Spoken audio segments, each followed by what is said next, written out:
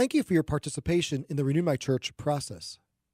Your role is essential and helps offer feedback to Cardinal Cupich for the structural changes that are necessary for the Archdiocese.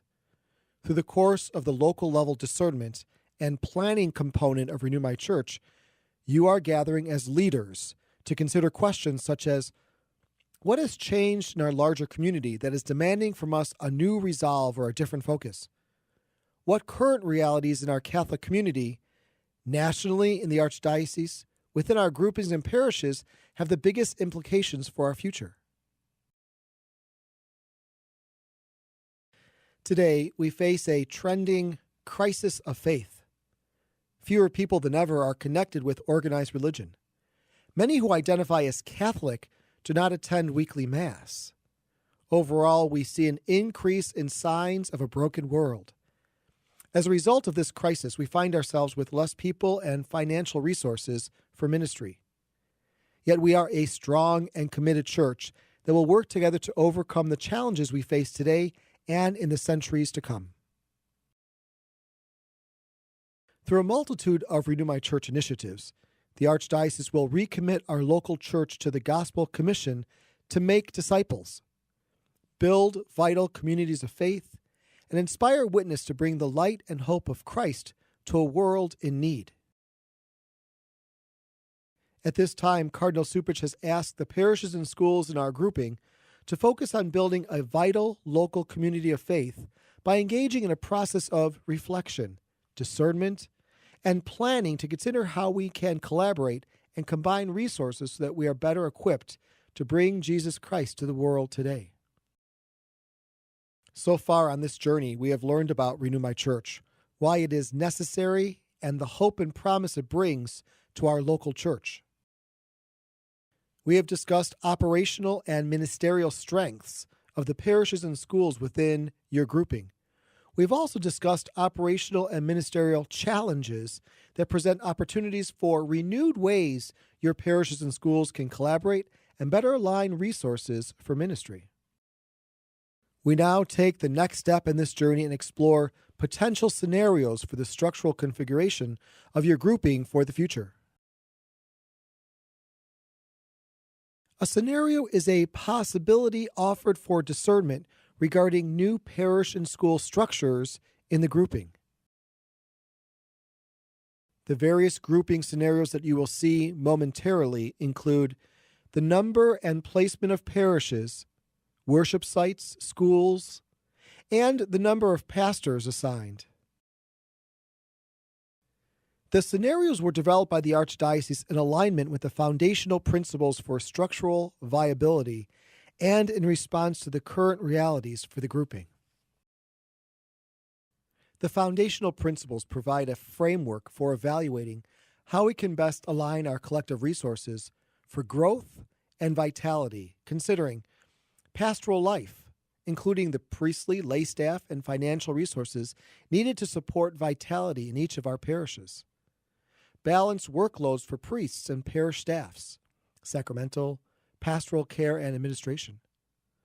Supportive facilities with adequate, safe, accessible space and capacity for growth.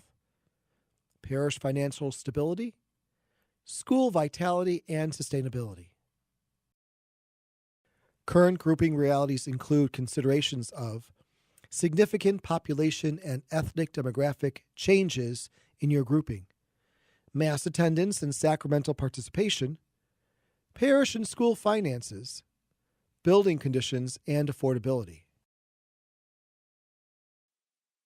It is important to emphasize that these potential scenarios are meant to serve as conversation starters and are not conclusive.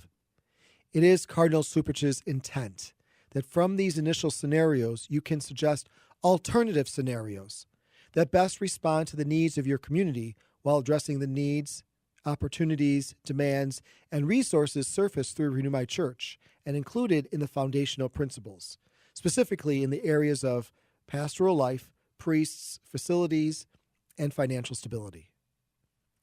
The question at hand is, how should our parishes and schools be organized and better align resources to carry out our mission most effectively with the gifts and resources within the grouping? It is important to remember that the process of renewing our church in each grouping will not end with these questions of structure and organization. These are the beginning steps to provide a firm foundation from which we will focus on ministerial renewal into the future in all groupings. Before reviewing the scenarios for structural change, a brief reminder of the current structure and realities in your grouping. Significant demographic changes have occurred over the past 20 years, and upcoming developments suggest more changes in the coming years, which could serve as new evangelization opportunities. Across the 5 parishes combined, the average weekend Mass attendance is approximately 2,900 people.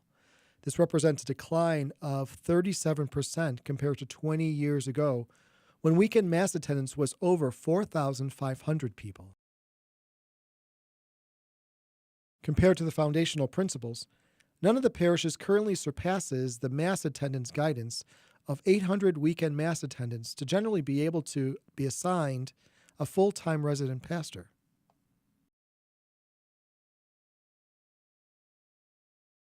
The staffing and property ownership structure in this grouping is unique compared to most groupings. The Redemptorists both staff and own the property at St. Michael, and the Vincentians both staff and own the property at St. Vincent de Paul. The recent unification of Immaculate Conception and St. Joseph as one parish is also important to take into account. Financially, each of the parishes reported operating revenue between $700,000 and $950,000, which totals to approximately $4 million for the grouping as a whole. For facilities, St. Josaphat Church has significant needs, and an active capital campaign is raising funds to address those needs.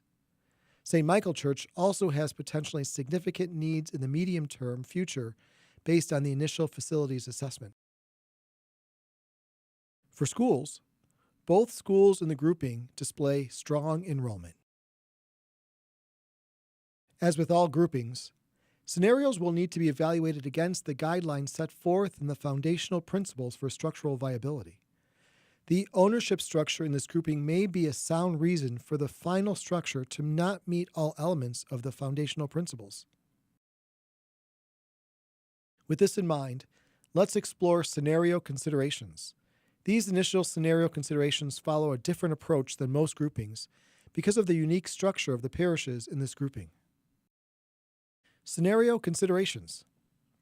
The baseline assumption is that the Redemptorists will continue to staff and own the property at St. Michael, and the Vincentians will continue to staff and own the property at St. Vincent de Paul. Therefore, both parishes would continue in their current canonical structures. Immaculate Conception and St. Joseph would also continue in its current canonical structure as a multi-site parish with a full-time resident pastor. The school would continue in its current structure. St. Josaphat and St. Teresa of Avila would unite as one parish. The parish would retain both churches as active worship sites of the parish, assuming St. Josaphat's capital campaign addresses the church's capital needs, as is anticipated. A united parish would have weekend Mass attendance between 1,100 and 1,200 people, and operating revenue between $1.6 million and $1.7 million to support ongoing operations and investments in ministry. St. Josaphat School would serve as the parish school.